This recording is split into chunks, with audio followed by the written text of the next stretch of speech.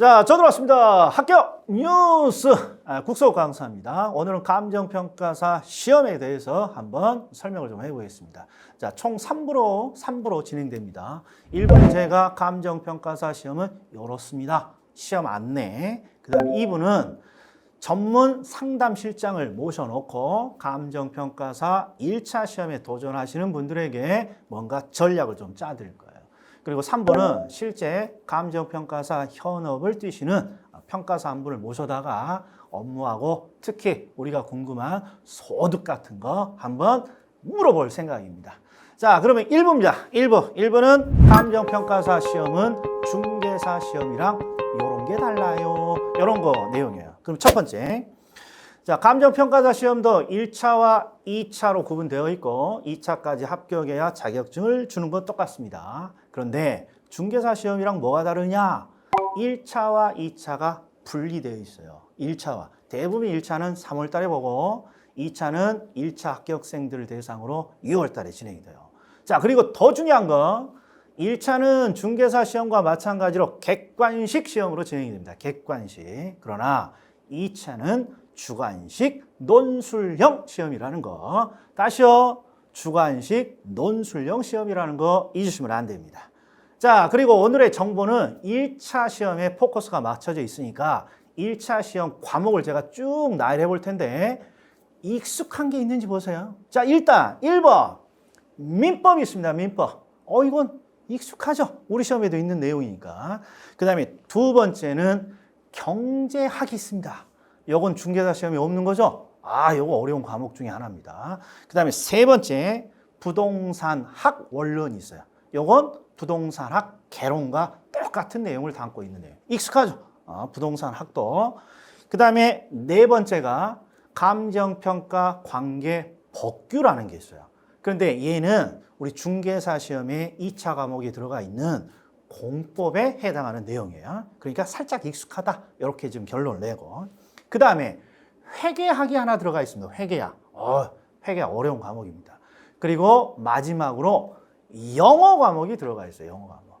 그래서 차이를 쭉 비교해 보면 중개사 시험에 없는 세 가지 과목이 있는데 첫 번째가 경제학, 두 번째는 회계학, 세 번째는 영어 이 세 가지가 있다라는 거예요. 자, 그리고 출제 기준은 과목당 40문제 그리고 오지 선택형 5지문 선택형 똑같습니다. 중개사랑. 자, 그리고 합격 기준도 똑같습니다. 꽈락 없이 평균 60점입니다. 60점. 그리고 차이가 뭐가 있느냐? 영어는 실제 우리가 필기 시험을 보는 건 아닙니다. 대부분 우리가 잘 알고 있는 토익이라든지 지텔프라든지 토플이라든지 이런 공인된 영어 인증 시험을 개인적으로 보고 그걸 성적을 제출하는 형태로 구성이 되어 있어요. 그러니까 지금 과목이 중개사와 중복되는 과목도 있고 그 다음에 완전히 색다른 과목도 있겠죠. 자, 그 다음에 2차 시험은 세 과목으로 진행이 되어 있어요.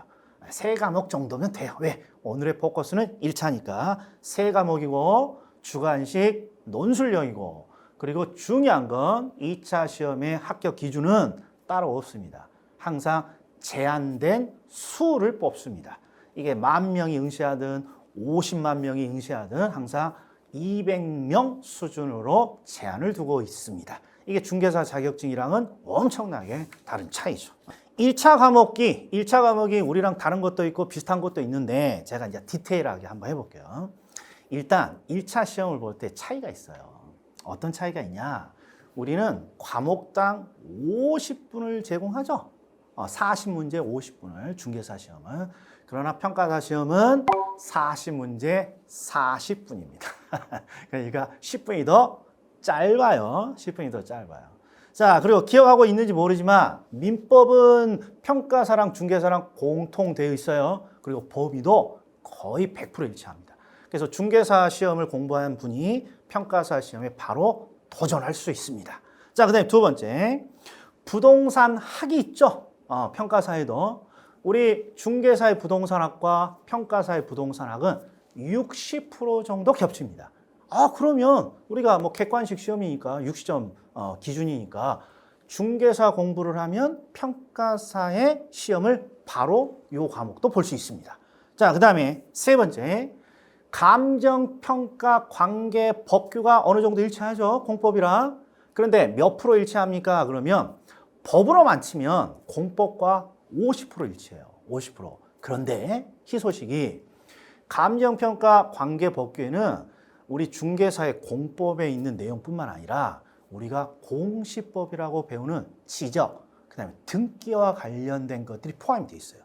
그러니까 이것도 우리가 2차 중개사 공부를 하신 분은 바로 접근이 가능합니다. 그래서 결국 차이점이 경제학이 새롭게 하나 추가되는 거고 회계학이 하나 추가되는 거고 영어 인증이라는 게 하나가 더 추가된다는 거야.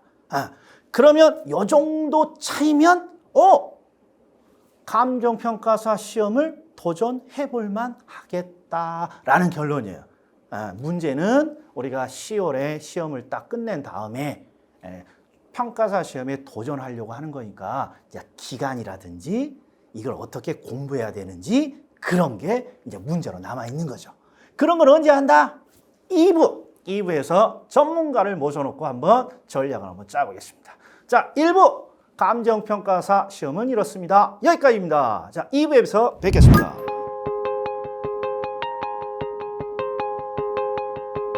자, 저도 왔습니다. 2부입니다. 2부는 전문가에게 물어라! 이겁니다.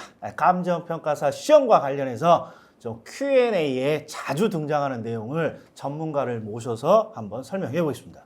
누굴 모셨냐? 우리 방문가계는 감정평가사 학원으로 서울법학원이 있는데 이분을 거치지 않고서는 수강을 할 수 없습니다. 자, 서울법학원의 김승호 부장님 모십니다. 자, 박수! 네, 안녕하세요. 서울법학원에서 근무하고 있는 김승호 부장입니다. 보통 이제 상담을 도맡아서 하고 그리고 이제 전반적인 감정평가사 스케줄에 관해서 관리를 하기 때문에 아마 저희 학원에 직접 방문을 하시거나 아니면 전화상으로 문의해 주시면 제가 거의 다 답변을 아마 드릴 겁니다. 아마 저한테 이제 상담을 받고 도움을 받으신 분들이 상당히 좀 많으실 거예요. 거의 분들은 최대한 제가 방문하시거나 문의를 주시면 도움을 많이 드릴 수 있습니다. 네. 거의 평가사 공부를 시작하시는 분은 이분을 한 번은 뵙게 되어 있습니다. 자, 그러면 일단 통계부터 한번 비교를 해볼게요. 네. 이번 우리 1차를 기준으로 공인중개사는 작년입니다. 올해 시험 통계는 아직 안 나와서 작년에 25만 명이라고 되어 있습니다. 25만 명. 그리고 합격자는 25만 명 중에 한 4만 명 정도 그냥 뒤 다 반올림해서 요 정도인데 평가사는 응시생이 몇 명이나 됩니까? 네, 공인중개사하고 좀 비교하기는 조금 부끄럽긴 하지만 평가사도 지금 2020년 이후로 많은 증가 추세가 있기 때문에 현재는 5천 명이 조금 안 되는 잠깐만요. 4천 명 후반대. 많이 늘었는데 이게 몇 명이라고요? 4,500명 정도에서 5천 명 사이 정도로 아직 5천 명은 넘지는 않았습니다. 중개사 시험에 비하면 대단히 응시생이 작죠. 합격자는 보통 1차 몇 명이나 합니까? 보통 1,000명 전후로 1차를 통과를 하게 되는데 아마 그 부분은 중개사하고 비슷한 것 같아요. 한 5분의 20% 정도 수준에서 왔다 갔다 하는 것 같은데 감정평가사 같은 경우에도 보통 20% 정도 수준에서 왔다 갔다 합니다. 그러니까 시험 난이도가 조금 어려울 때는 1,000명이 조금 안 되는 수준이고 시험 난이도가 조금 쉽게 나왔을 때는 1,000명이 조금 넘는 수준 그 정도라고 보시면 됩니다. 아무튼 통계를 비교하는 이유는 평가사 시험은 그렇게 수많은 사람들이 시험을 보는 시험은 아니구나. 이런 거 하나 느꼈어요. 그리고 더 궁금한 게 있어요. 귀를 쫑긋하고 잘 들으세요. 귀를 쫑긋하고. 우리 모든 자격증은 2차까지 합격해야 자격증을 주는 거 아시죠? 우리 21년도 작년 기준 우리 중개사 자격증은 2차까지 합격해서 2만 5천 명 정도가 자격증을 받았어요. 2차를 합격해서 2만 5천 명. 평가사는 몇 명이나 최종 합격을 합니까? 네, 감정평가사 같은 경우는 2차 같은 경우는 상대평가입니다. 그래서 선발 인원이 정해져 있습니다. 그래서 올해는 현재 200명으로 기준으로 상대평가를 통해서 선발을 하고 있습니다. 그래서 매년 증가가 될 수 있고 감소가 될 수가 있는데 현재로서는 200명으로 예측을 하시면 됩니다. 최종 합격자가 200명 수준으로 이렇게 맞춰져 있다는 거죠? 네, 그렇죠. 제일 중요합니다. 제일 그냥 막 자격증 퍼주는 자격증은 아닙니다. 여기는 수 제한이 있다고 봅니다. 자, 그리고 시험의 일정을 어떻게 되냐? 요거 좀 물어볼게요. 중개사는 대부분 10월 말에 1차와 2차를 같은 날에 봅니다. 그런데 평가사 시험은 어떻습니까? 예, 올해 그 부분에 대해서 조금 문의하신 분들이 조금 많았어요. 왜냐면은 감정평가사 시험은 원래 1차가 3월 첫째 주 토요일이라고 보시면 됩니다. 그리고 2차 같은 경우에는 6월 달 둘째 주 내지는 셋째 주 정도, 그 정도 시행이 될 건데 2020년에 코로나가 본격적으로 이제 시작을 그렇죠. 하는 네. 시기죠. 또 2020년에 감정평가사뿐만 아니라 다른 기타 자격증들이 다 3개월씩 기간이 다 뒤로 밀려서 진행이 됐죠. 그때 난리 났죠. 감정평가사도 그때 3개월이 뒤로 늦춰져서 진행이 되다 보니까 그게 이제 매년 지나면서 한 달씩 줄어들어서 올해 같은 경우에는 4월 2일, 4월 첫째 주에 1차 시험이 진행이 됐었어요. 그러다 보니까는 내년도 4월 첫째 주로 예상을 하시는 분들이 계시더라고요. 근데 하지만 저희 학원 관련된 쪽에 계신 분들이나 저희 평가사님들도 내년에는 원래 자리인 3월 달로 오는 게 가장 유력하다라고 이렇게 보고 지금 준비를 하고 계십니다. 그래서 그러니까 내년에도 그 코로나 때문에 좀 시험 일정이 왔다 갔다 했는데 내년 시험은 대충 확실히 3월. 그렇죠. 1차는 3월, 1차 2차는 6월 이렇게 6월. 예상을 하시는 게 가장 높습니다. 일단 1차와 2차가 분리돼서 시행되고 있다는 걸 잘 아셔야 됩니다. 자, 그리고 우리 감정평가사 이제 이 전략 전문가를 모신 이유는 저희들이 이제 시험이 10월 말에 딱 끝나요. 그러면 감정평가사 시험을 도전하겠다라고 생각을 하면 시간이 우리가 내년도에 3월에 평가사 시험이 1차 시행될 거라고 하면 딱 4개월이 남는단 말이에요. 4개월. 그럼 이 4개월의 공부를 통해서 감정평가사 시험 1차라도 합격을 할 수 있을 것이냐. 요걸 지금 묻기 위해서 모셨습니다. 일단 가능합니까? 네, 일단은 정상적인 접근으로는 조금은 어려운 부분이 솔직히 많은데 그 어려운 거를 전략을 통해서 보완하면은 충분히 해볼만 합니다. 전략을 세우면 가능하다. 그리고 그 전략을 짜 주신다는 거죠? 네. 짜 주신다는 거예요. 자, 그러면 일단 시험 과목이 중개사 1차랑 우리 평가사 1차 과목이 좀 달라요. 그 중에 대표적인 거, 다른 거 일단 하나씩 제가 물어볼게요. 일단은 영어. 그렇죠. 영어. 감정평가사 시험은 영어가 필요합니다. 그래서 1차 시험 보통 접수 기간이 3월 달에 시험이 진행이 될 때 1월 달에 접수 기간이 됩니다. 그러면 1월 달 접수할 때 Q&A 사이트에 영어 관련 인증 시험에 대한 거를 같이 첨부를 해야지만 접수가 가능합니다. 영어 인증 시험 같은 경우에는 뭐 토익이라든가 아니면은 GTF라든가 토플이라든가 여러 종류가 있습니다. 그런 부분에서는 지금 화면 밑에 부분에 아마 잘 나가고 있겠죠. 그거 안 나갈 것 같은데. 자, 그 중에 영어가 되어 있다면 아주 금상첨화겠지만 만약에 영어를 별도로 또 다시 기간이 만료돼서 준비를 하셔야 되는 분들 같은 경우는 12월 달까지 끝내놓으시는 게 좋습니다. 일단 1차 시험, 평가사 시험 1차를 도전하기 위해서는 영어 인증 시험에 제출이 있다는 필요한 거죠. 그렇죠. 토익 같은. 네. 그 다음에 그리고 나서 1차는 5과목입니다. 5과목 중에 중개사 때 접하시고 공부하셨던 3과목은 자신이 분명히 있으실 겁니다. 근데 하지만 그 과목이 민법, 그다음에 관계 법규라는 공법 비슷한 게 하나 있고, 그다음에 제가 강의하는 부동산 학이 있어요. 그리고 나머지 2과목이 지금 완전히 중개사 공부하시는 분은 생소해요. 이제 회계학, 그렇죠. 경제학인데 이제 요거 전략을 지금 어떻게 지금 짜야 되냐. 그렇죠. 일단은 1차에서 가장 많이 발목을 잡는 과목이 회계학이에요. 지긋지긋합니다. 네. 그리고 두 번째가 경제학입니다. 그럼도 더 지긋지긋합니다. 네. 바로 이 2과목이 발목을 가장 많이 잡는데, 자, 감정평가사 시험의 특징 중에 하나가 1차와 2차가 크게 연계가 안 됩니다. 그러니까는 1차는 과락 없이 평균 60만 넘어가면 돼요. 평균 80, 90 절대 필요 없어요. 그 정도만 하면 사치예요. 차라리 똑같네요. 그거 할 시간에 조금 줄이고 아. 2차를 한 글자라도 공부를 하는 게 훨씬 도움이 되시는 거예요. 그래서 1차는 통과할 정도로만 하면 돼요. 그렇다고 해서 5과목을 다 60점씩 맞는 전략을 세운다. 다른 것들은 중개사 때 했던 3과목은 가능하시겠죠. 하지만 회계경제가 60점까지 맞으려면 시간이 오래 걸립니다. 여러분들 지금 남아있는 시간은 4개월밖에 없어요. 그럼 어떻게 하느냐? 회계경제는 명과락입니다. 40점에서 50점 사이만 맞는 걸로 목표를 세우시고 나머지 부족한 부분은 중개사 때 했던 3과목을 70점 조금 넘게 맞는 걸로 해서 부족한 부분을 채워서 전체 평균 60점으로만 맞추는 걸로 그런 전략으로 접근을 하셔야 됩니다. 근데 이 전략이 정말 중요한 전략입니다. 잘 들으십시오. 회계하고 경제를 뭔가 명과락 작전으로 그렇죠. 최소한의 시간을 투자해야 되는데 자, 살짝 어려운 점 알려드릴게요. 자, 올해 시험에 회계 학과락률이 몇 프로일까요? 몇 프로입니까? 예, 보통 회계 같은 경우에는 과락률이 50%가 오. 넘습니다. 50% 반은 네. 과락이라고. 응시하신 분들의 절반 이상이 과락, 회계 과락 특히 가장 많습니다. 근데 그러면 회계가 가장 어려워서 저런가?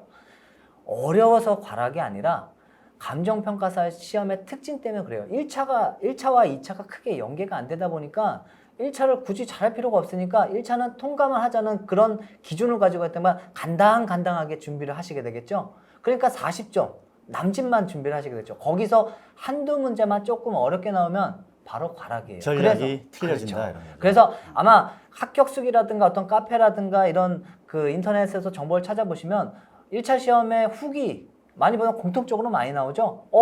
평균 60 갱신이 넘었는데 회계 한 문제 때문에 잘못됐어요. 경제 한 문제 때문에 잘못됐어요. 그건 중개사 시험도 항상 매년. 네, 그거 절대 어려워서 그 시험을 그렇게 과락을 맞은 게 아니죠. 시간을 조금이라도 단축을 시키고 요 정도면 되겠구나 하다 보니까 그 조절이 조금 모자랐던 거죠. 자, 그러면 지금 회계학이 과락률이 올해 50%나 됐다. 이거 정말 중개사를 공부한 다음에 평가사를 공부하려는 사람에게 정말 이거 안 좋은 소식인데 네.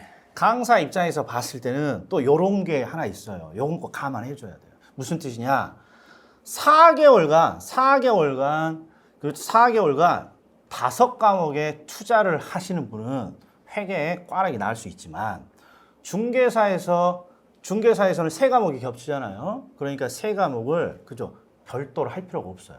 그러니까 4개월 동안 회계나 경제에 집중으로 투자할 시간이 중개사를 공부한 사람은 또 가능하다 이런 말이에요. 그러니까 그래서 조금 아까 가능하다. 그래서 앞부분에 충분히 중개사를 준비하셨던 분들은 충분히 도전을 해보고 가능하다는 그런 그래서? 말씀을 드린 거죠. 알겠습니다. 그럼 일단 가능하다. 그리고 회계, 경제 이거 전략적으로 어떤 선택을 좀 하면 충분히 가능하다는 거죠. 네, 그렇죠. 자, 그리고 제가 이건 개인적으로 궁금한 거예요. 네. 그냥 개인적으로 궁금한 거예요. 자, 중개사든 평가사든 공부를 뭐 전에 해본 적이 없고 순수하게 평가사 시험을 도전하는 수험생이 1차 합격을 대부분 어느 정도 공부를 하고 합격합니까? 보통 1차 준비 기간에 이제 보통 한 몇 년 전까지만 2019년도까지만 해도 1차 준비하는데 한 6개월 정도면 충분하다.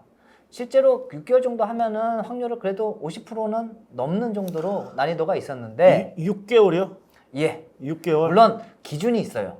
영어가 되어 있고 전업으로 준비한다는 전제 하에 공부만 집중한다? 그렇죠. 네. 그렇게 했을 때 뭐 6개월 하면은 충분히 50% 이상으로 여유 있게 통과를 할 수 있다. 그럼 잠깐만요. 그러면 6개월이 보통적인 일반인들의 공부 방법인데 네.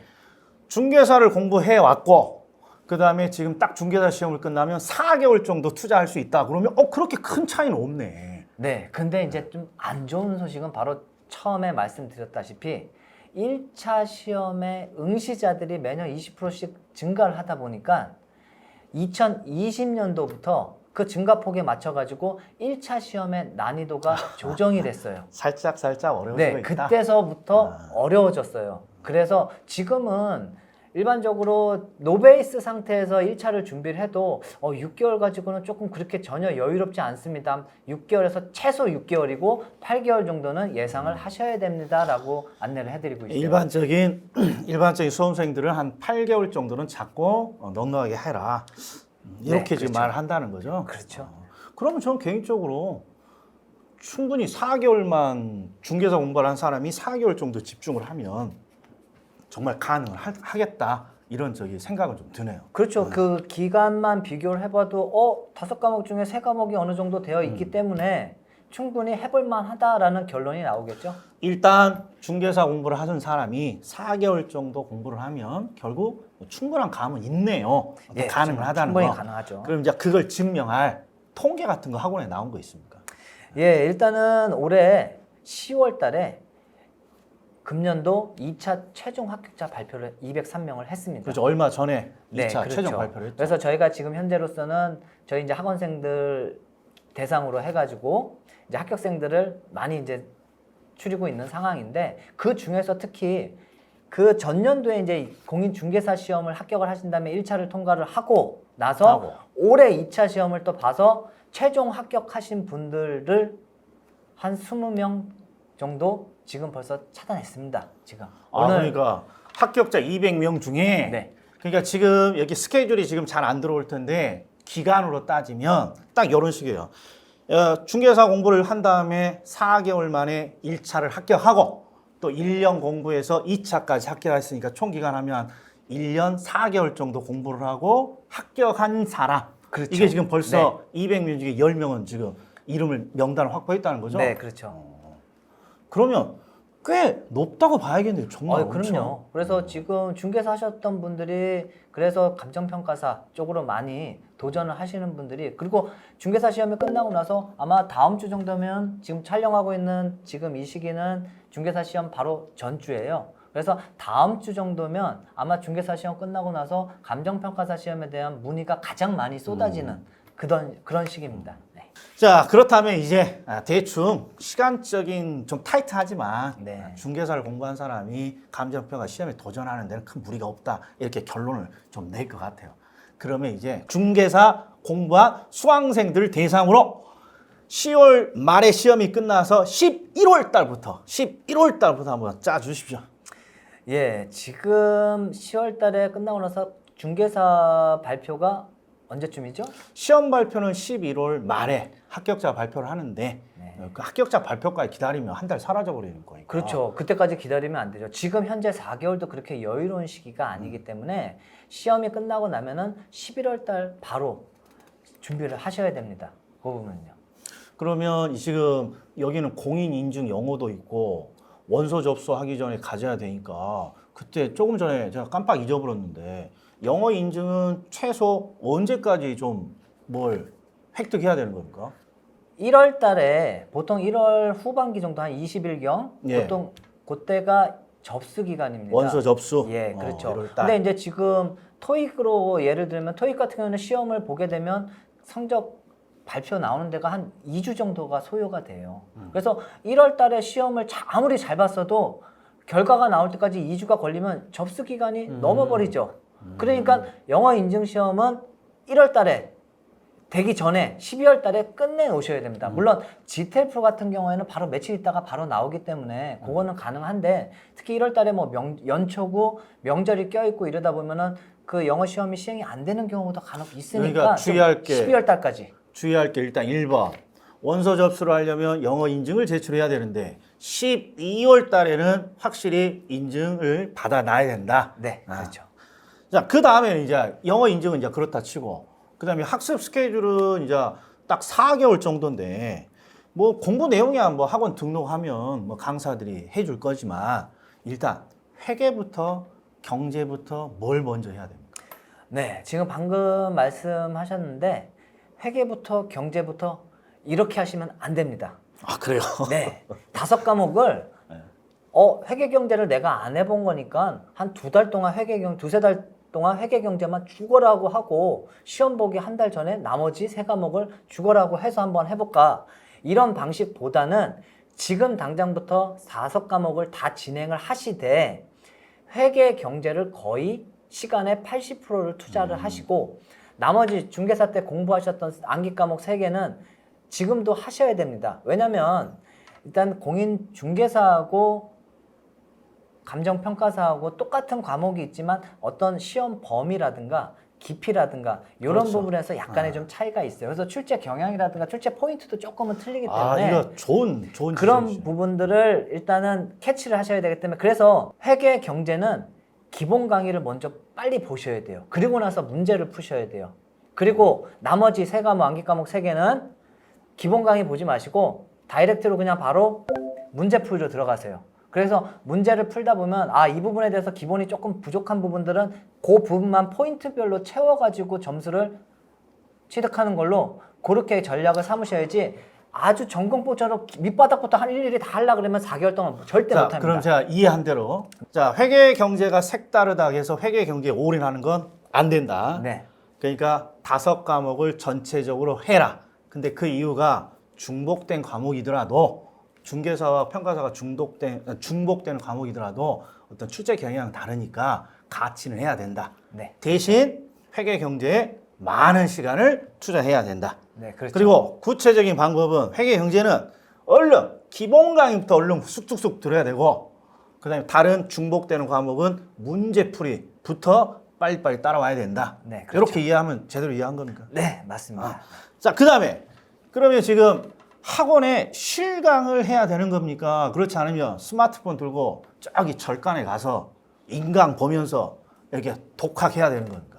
네, 지금 그 부분에 대해서도 문의가 좀 많이 들어오는 부분 중에 하나인데요. 지금 현재 11월 달부터는 학원에서 실제 강의가 전 과목이 다 문제풀이가 진행이 됩니다. 아, 그러네요. 네. 문제풀이가. 그래서 일단은 회계경제를 접해보지 않으신 분이 갑자기 문제를 풀러 들어올 수는 없겠죠, 당연히. 그렇죠. 네. 물론 중개사 때 했던 3과목에 대해서는 문제풀이 바로 다이렉트 들어오셔도 전혀 상관이 없습니다. 그런데 그 수업을 듣고 따라가시다 보면은 회계경제를 빨리 쫓아올 시간이 없어요. 제가 분명히 좀 전에 시간 투자로 회계경제에다 거의 80% 이상을 많이 투자를 하라 그랬는데 그거를 수업 시간에 그대로 앉아서 하루에 8시간씩 앉아서 수업을 따라가다 보면 그걸 빨리 추월을 못 합니다. 그래서 지금은 일단 권해드리는 건 온라인 강의를 통해 가지고 따라오시는 거를 추천을 해드립니다.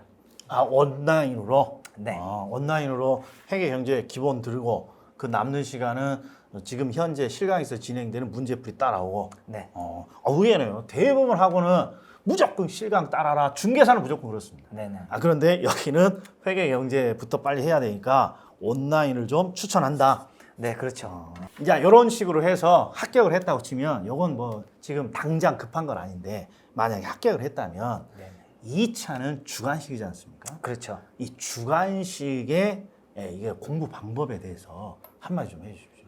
네, 주관식 공부는 보통 많이 이제 처음에 걱정하시는 분들이 있어요. 난 지금까지 어떤 2차 논술에 대해서 나는 공부를 해본 적도 없고 그런 스타일에 관련된 거를 해본 적이 없는데 과연 할 수 있을까? 그렇죠. 네, 시작을 하기 전에 다 공통적으로 걱정을 하시는 부분이에요.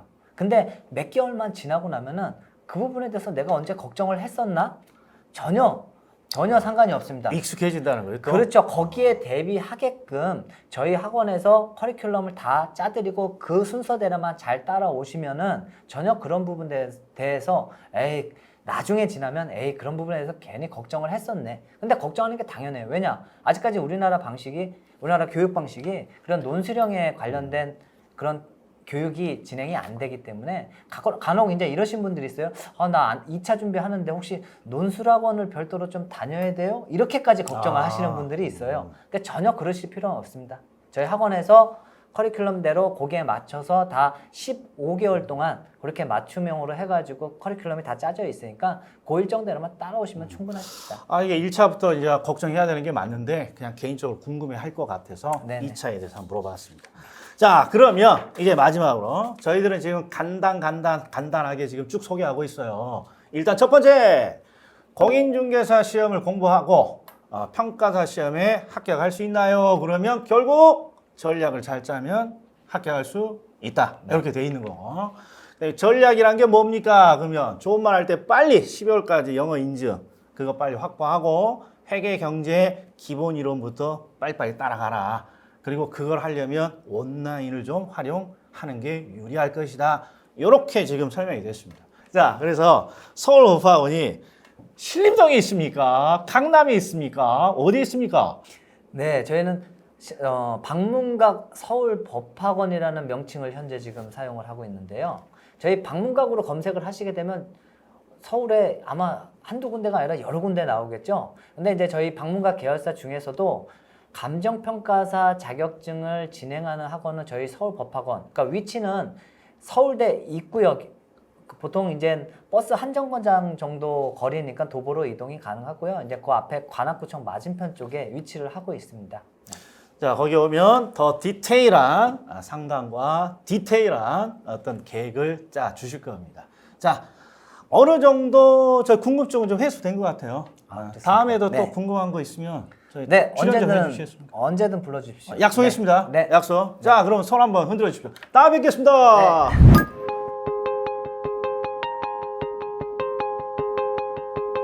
자, 저도 왔습니다. 이번에는 3부 감정평가사에게 직접 묻는다.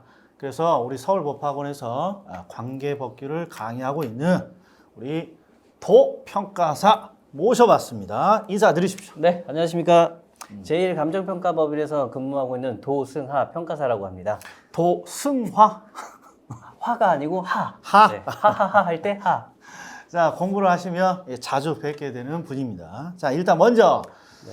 요새 자격증에 대한 인기가 분명히 늘어나고 있는 것 같아요. 공무원은 쑥 지금 인기도가 좀 떨어지고 자격증이 쑥 올라가고 있다고 지금 판단이 되는데, 자, 제가 어딘가를 검색해 봤더니 감정평가사 직업에 종사하는 사람들의 직업 만족도가 세상에 70% 이상이라 그러는데, 네, 네. 감정평가사로서 직접 만족도가 있습니까? 근데 좀 의아한 게 왜 70%밖에 안 되죠? 이게 아마 낮다는 거예요? 높다는 거예요? 이게 뭐 90% 이상은 나와야 되는 이 아. 직업인데 이게 되게 이 숨어 있는 직업 중에 하나고요. 이 평가사라는 직업의 가장 큰 메리트는 요새 이제 공무원이나 이제 그 어떤 그 자격 다른 이제 직종의 경쟁률이 많이 낮아지고 전문 직종의 자격증 경쟁률이 올라가는 이유 중에 큰 하나가 워라밸을 중시하는 그런 트렌드가 많이 자리를 잡고 있는 것 같습니다. 뭐 공무원 맨날 박봉해, 자기 시간도 없고 뭐 마음껏 즐길 뭐 여유도 없다. 뭐 그래서 점점 자격증으로 많이 오는 것 같은데, 평가사라는 직업의 가장 큰 메리트는 네. 시간에 구애받지 않습니다. 시간에 구애받지 않고 시간에 구애받지 않는다는 건 24시간 또 일해야 된다 이런 뜻은 아닙니까? 그럴 수도 있는데 저희들은 감정평가라는 것은 말 네. 그대로 평가기 때문에 평가 대상이 한 건이 존재하면 한 건에 대한 평가가 끝나면 내가 일이 없다. 무한정 자유를 만끽합니다. 그런데 5건이다. 5건을 동시에 처리를 해야 되기 때문에 잠깐 바쁠 수는 있지만 이것이 뭐 월화수목금 뭐 일주일 한 달 이런 식으로 고정적으로 있는 게 아니고 언제 한번 몰리고 언제는 안 몰리고 이렇게 굉장히 밸런스가 잘 맞기 때문에 기본적으로 여유도 좀 있고, 그렇죠. 여유도 좀 있고, 그렇죠. 만족도도 70%는 더 네. 된다. 이 그렇죠. 결론입니까? 네. 아, 좋은 가장 직업이네요. 이거는 진짜 꼭 말씀을 드려야 되는데 9 to 6라는 개념이 전혀 없습니다. 저희는. 9시 출근, 6시 퇴근. 네. 새벽 4시에 출근, 9시 퇴근, 뭐 저녁 뭐 6시 출근, 새벽 2시 퇴근, 자기 마음대로 조절을 하면서 일을 할 수 있기 때문에 업무만 확실히 그렇죠. 네. 해결하면. 네. 그래서 만족도가 아마 가장 높지 않은가. 자, 일단 만족도가 90% 이상이랍니다. 놀랍습니다. 우리 강사 만족도는 90%안 됩니다. 한 50%밖에 안 됩니다. 자, 그럼 이제 궁금한 거. 우리 공인중개사를 공부하시는 분이 네. 이 감정평가론을 네. 시험 대상으로 하니까 네, 네. 업무에 대해서 아는 것이 그래도 몇 가지 있어요. 예를 네. 들어서 부동산 가격 공시제도 이런 거 하면 감정평가법인에 의뢰한다. 네. 이런 거예요. 그런데 네. 이게 다예요. 네. 지금 감정평가사가 되면 어떤 업무들을 하느냐. 일단 우리가 아는 건 하나 있어. 부동산 가격 공시제도 담당을 네. 하고 있다. 네. 또 뭐 있습니까? 보통 이제 감정평가 업무라고 하게 되면은요, 예. 감정평가 같은 경우는 이제 토지 등의 경제적 가치를 이제 화폐액으로 표시하는 직종이다라고 보시면 되는데, 이 경제적 가치를 화폐로 표시를 해야 되는 이유는 관련 법 규정에서 무언가 계산을 하기 위한 기준점이 있어야 되는 것이고, 그 기준점을 아무나 산정할 수 없기 때문에 법에서 이 제도를 만들고 시험에 합격한 평가사를 통해서 그 기준점을 찍어내기 위해서 만들어진 자격 제도입니다. 그래서 일반적으로는 우리가 네. 일상생활에서는 접하기가 좀 어렵고요. 그렇죠. 전부 다 일상생활. 이제 국가 공적 업무나 이제 사회 경제에서 중요한 이제 물건들을 다룰 때에 그때 기준점을 산정할 때 이제 필요에 의해서 이렇게 하게 되어 있고요. 다 그러면 법 규정에 의해서 하게 되어 있습니다. 이렇게 제가 네. 질문을 바꿔볼게요. 평가사 수입의 주된 내용이 되는 업무들이 뭐가 있느냐? 이게 중요할 것 같아요. 저희들의 주된 업무 중에 하나는 네. 저희들의 일상생활하고 굉장히 밀접한 관련이 있는데요. 사람이 나서 죽을 때까지 모든 과정에 평가가 개입이 됩니다. 궁금해 죽겠네. 궁금해 죽겠어. 네. 뭐야? 자, 들어보세요. 네. 자, 내가 열심히 일을 했습니다. 네. 그럼 제일 먼저 집을 사겠죠. 집을 사는데 은행에서 대출 받아야 되겠죠. 대출 받을 때 기준점을 감정평가를 합니다. 담보. 그렇죠. 담보 목적이 그렇죠. 예. 그리고 요게, 네. 요게 담보 평가. 내가 돈을 열심히 모아서 땅도 사고 건물도 사고 아주 호화롭게 살고 있었습니다. 예. 근데 갑자기 국가가 내 땅 위에다가 도로를 뚫어서 많은 사람들한테 편의를 주겠다. 그러면 도로를 뚫기 위해서 땅을 사갖고 와야 되는 거잖아요. 그때도 보상. 기준점을 찍습니다. 그렇죠. 보상. 네. 보상 평가. 보상. 보상을 위한 네. 평가. 네. 자, 내가 집도 사고 땅도 사고 일을 열심히 했는데 네. 사업이 좀 잘 안 될 수도 있어요. 예. 그러면 빚을 많이 졌습니다. 어떻게 합니까? 국가가 알아서 청산을 해줍니다. 그때 들어가는 기준이 경매, 공매 평가가 되는 것이죠. 경매, 공매. 네. 요게 일단 세 가지. 네. 그리고 또 하나 중요한 게 열심히 일을 해서 이제 죽을 때가 됐습니다. 저 죽을 때까지 나와. 자식들한테 물려줄 때에도 세금을 내야 됩니다. 아, 상속 증여세를 낼 때에도 감정평가를 해서 그걸 기준으로 해서 세액이 결정되는 것이기 때문에 감정평가는 열심히 일을 해서 내가 죽을 때까지 우리 지금- 생활에 밀접한 관계가 지금 있는 이야기하는 거 보니까 이건 여기가 아니라 어디 감정평가사 자격증 홍보를 할 때 준비한 평생 일생을 통한 어떤 수입 네. 창출 이런 걸 지금 하고 아주 이해하기 쉽습니다. 네네. 그러니까 담보, 네. 대출 받을 때 담보, 네. 그다음에 경매, 보상, 네, 보상. 그다음에 경매, 경매. 그다음에 세금과 관련된 네, 내용. 세금 관련. 네. 그리고 요새 또 서울에서 재건축 재개발, 그럼 어우. 자산평가 이런 것도 자산평가를 꽤 짭짤합니까? 아우 엄청 짭짤합니다. 아, 짭짤합니까? 지금 다 기다리고 있습니다. 지금 빨리 해야 되는데 왜 안 하냐고 지금 다들 기다리고 있습니다. 그럼 업무가 적은 건 아니네요. 일단. 업무가 적지는 않고요. 네. 적지 않지만 내가 이제 일할 수 있는 시간을 내 마음대로 조절해서 일을 한다라는 것이 굉장히 큰 메리트고 또 케이스 바이 케이스로 한 건 한 건이 다 독립된 업무이기 때문에 뭐 종전 업무하고 연관성도 없고 오직 내 일정에 맞추어서 처리가 가능합니다. 자, 그러면 이제 이런 업무를 하려면 뭐 중개사 업무 같은 경우에는 대부분 개인 사무실 네. 이런 걸 지금 자기가 개설해서 하고 있는데 네. 우리 평가 업계 쪽에서는 대부분 어떤 식으로 업무를 하게 됩니까? 뭐 취업과 관련해서. 일단 감정평가 및 감정평가사에 관한 법률에 의거해서 이제 감정평가 업무 활동을 할 수 있는데요. 이 감정평가 업무를 하기 위해서는 감정평가 법인을 설립해서 그 구성원이 되거나 감정평가 사무소를 개설해서 이제 독립적인 운영을 해줘야만 그런 주체로서 이제 활동을 할 수 있는데요. 법인, 법인과 그다음에 사무실. 네. 그것들이 공식적으로 감정평가 행위를 할 수 있는 자격 주체가 되는 것이고 근데 제가 알고 있는 바로는 대부분 자격증을 취득하면 우리가 흔히 말하는 대형 법인에 네. 이렇게 취업을 하려고 우리 젊은 분들은 많이 노력하던데 네, 네. 법인 이런데 대부분 취업을 하는 겁니까? 대부분은 이제 법인에 취업을 하시고요. 예. 개인 사무소 같은 경우는 아무래도 이제 개인 혼자서 운영을 하시는 것이기 때문에 이제 좀 더 시간에 구애받지 않고 나 혼자 좀 소규모로 좀 소소하게 하겠다라고 하시는 분들이 이제 개인 사무소를 하시는 것이고 좀 더 이제 왕성한 활동으로 내가 평가 업무를 주업으로 본 생업으로 하겠다라고 하시는 분들은 이제 법인에서 활동을 많이 하고 계십니다.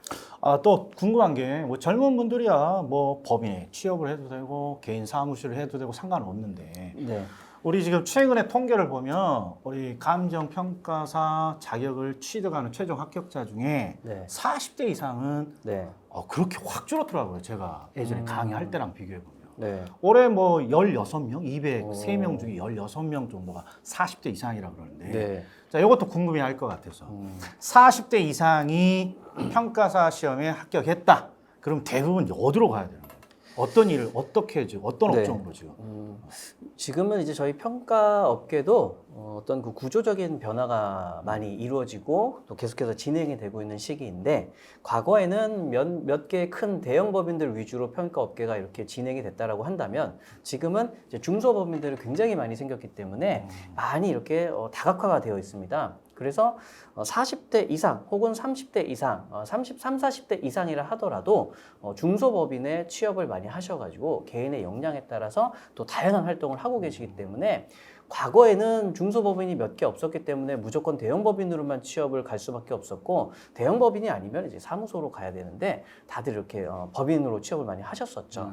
지금은 예전에 이제 법인으로만 해야 된다라는 이제 그런 말들이 조금은 시대적인 상황하고 좀 다른 게 지금은 중소법인이 워낙에 많이 생겨서 그게 지금 다양하게 확실히 한 10년 사이에 많이 바뀌었네요. 최근 한 5년 사이에 트렌드가 확 바뀌었습니다. 네. 그러니까 뭐 나이에 상관없이 네. 법인 등에 취업을 할 가능성은 크다. 네, 네. 네. 자, 그리고 더 중요한 거. 이제 취업이지만 네. 우리 자격증이라는 게 항상 능력이 없는 사람은 적게 버는 거고 네. 능력이 많은 사람은 많이 버는 건데 네, 네. 영업 이런 게 중요한 겁니까?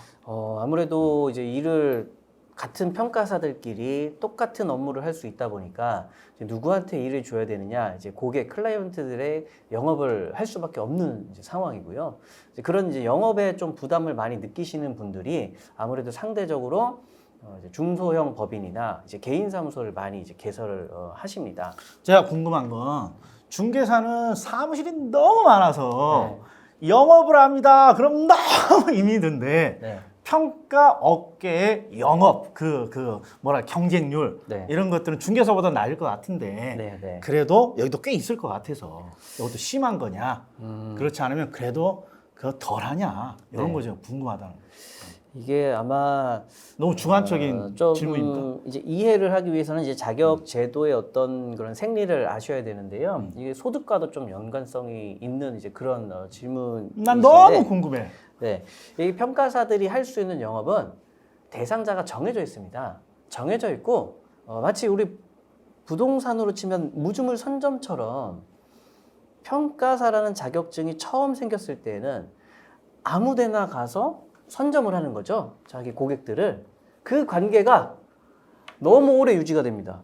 그래서 신규로 자격을 취득해도 영업을 할 수 있는 장소는 제한되어 있는데 평가사 수는 늘어나다 보니까 영업이 좀 어렵다라고 얘기를 하는 것이죠. 그러면 어려운 편이다. 여기도? 어려운 편이죠. 어려운 편이다. 네. 자, 그럼 이제 제일 궁금할 건 네. 감정평가사 대우. 일단 제일 궁금하지 않은 것부터. 네, 네. 현실적으로 정년은 없는데 네. 현실적으로 몇 세까지 대부분 일을 하는 겁니까? 저희 감정평가사 자격의 업무를 활동하는 것 중에서 이제 내가 자의가 아닌 경우에 업무를 못하는 요건이 사망입니다. 죽을 때까지 합니다. 어떠한 형태로든 죽을 때까지 할 수 있습니다. 그러니까 지금 이게 네. 현실적으로 네. 지금 사망할 때까지도 계속 영업 활동을 하시면서 왕성한 활동을 한다는 거죠. 그렇죠. 아, 제가 알고 있는 평가사 분 중에서 가장 나이가 많으신 분들이 네. 가장 많으신 분이 지금 만 93세로 알고 있습니다. 오, 개인 사무소에서 여전히 왕성한 활동을 하고 계신 걸로 알고 있습니다. 오. 네. 그럼 뭐 이거 좋은 자격증이네요. 그럼요. 자, 그다음에 네. 가장 궁금한 거. 아니 맨날 감정평가사 이렇게 검색해 보면 감정평가사 연봉 항상 이게 1번 뜨고 네. 평균 연봉 1억입니다. 뭐 네. 이렇게 뜨고 있는데 이거 사실입니까? 개인의 편차는 있고요. 평균이기 때문에 누군가는 그것보다 더 벌고 누군가는 그것보다 덜 번다라는 이제 얘기인 건데요. 어느 정도 이제 뭐 의사 수입도 그렇고 다 공개가 되고 있는 시대이기 때문에 거의 맞는 말인 것 같습니다. 맞는 말인데 가장 이제 중요한 표현은 우리 자격증의 최고 메리트는 무엇인가? 왜 다른 자격증이 아니고 평가사 자격증을 준비해야 하는가라고 물어본다면 제가 자신 있게 말을 할 수 있는 게 어느 자격증이든 어느 직종이든 영업이 필수로 따라오기 때문에 상당히 힘들어하고 또 영업에 대한 부담을 많이 지우고 싶어 한단 말이죠. 아, 이거 뭐 이렇게 두리뭉실 빠지. 딱 하나만. 네, 딱 자, 하나만. 자, 우리가 대부분 소득을 벌면 세금을 내지 않습니까? 소득세. 네. 네. 소득세 걱정합니까? 걱정 안 합니까? 세금. 아니, 소득세는 다 걱정하죠. 걱정하. 그럼 내려고 그럼 싶은데 됐어. 그럼 됐어. 이게 정말 중요한데 지금 정말 중요한 말 딱 한 번만. 네. 예. 이게 아까 전에 그 영업하고도 좀 관련이 있는 건데요. 자, 어느 자격증, 국가 자격증, 뭐 회계사, 변리사, 세무사, 관세사 등등 해가지고요. 예. 모든 국가 자격증 통틀어서 감정평가사 개인사무소는요 경력이 5년 이상 되면 법원 감정을 순번제로 업무를 받을 수가 있는데요. 영업 없이 받을 수 있는 케이스입니다. 요거 잘 들으십시오. 네. 그러니까 근데- 순번제라는 건 네. 이렇게 추첨을 해서 돌아가면서 경쟁 없이 이렇게 네. 물건을 그렇죠. 배당해 준다는 네. 겁니다. 그래서 경력이 5년 이상 되는 평가사가 개인사무소를 개업했을 때 어느 정도 이렇게 벌 수 있느냐? 일주일에 이틀 정도 일하는 것을 기준으로 하고요. 예. 소득은 대기업 부장급 정도 된다고 보시면 될 것 같습니다. 이게 제일 확실합니다. 네. 경쟁 없이 네, 우리가 그렇죠. 배당받는 물건으로 네. 사무실을 운영해도 과장, 부장급 대기업, 정도. 과장, 부장. 네. 좋은 직종이네. 거기서 내가 조금만 인맥이고 영업이 되면 영업까지 플러스 되면 저 멀리 있는 저 이사님들까지도 네, 충분히 가능하게 나올 수 있습니다. 소득은 확실히 세금 걱정해야 될 것 같습니다. 자, 마지막 질문입니다. 네. 자, 우리 요새 최근에 감정평가 법인에 있는 분들이 따로 별도의 중개법인 이런 걸 설립을 지금 많이 하던데 네. 같이 이렇게 일을 할 수 있는 겁니까? 감정평가사는 유일하게 부동산 매매업을 제외하고는 모든 겸업이 허용되고 있습니다. 뭐 일례로 돈가스가 팔고 싶다. 저녁에 이제 돈가스 가게 하나 사업장 등록하셔서 판매를 하셔도 되고요. 내가 중개업을 하고 싶다. 같이 운영하셔도 괜찮습니다. 그리고 최근에는 법인들도 자회사 혹은 관련된 회사로 부동산 중개 법인이라든지 개발회사, 투자회사 같이 함께 운영하면서 시너지 이게 같이 자회사로 이렇게 법인을 많이 운영하는 것 같더라고요. 네. 자, 아무튼 짧은 시간이지만 감정평가사에게 직접 물어봤더니 제 귀에 쏙 들어오는 건 딱 두 가지입니다. 두 가지. 일단 직업에 대한 만족도가 90% 이상일 것이다. 이거 굉장히 꽤 중요한 내용입니다. 자, 그리고 소득을 봤더니 경쟁이 없는 네. 소득도 그래도 대기업 과장 정도의 월급은 챙길 수 있다. 이거면 더 뭐가 말이 필요하겠습니까? 네. 자, 다음에도 또 우리 제가 모시면 좀 와서 좀 이야기 좀 해주시죠. 네. 당연히 불러봐 주시면. 자, 손 한번 들어주십시오. 네. 자, 여기까지였습니다. 다음에 뵙겠습니다.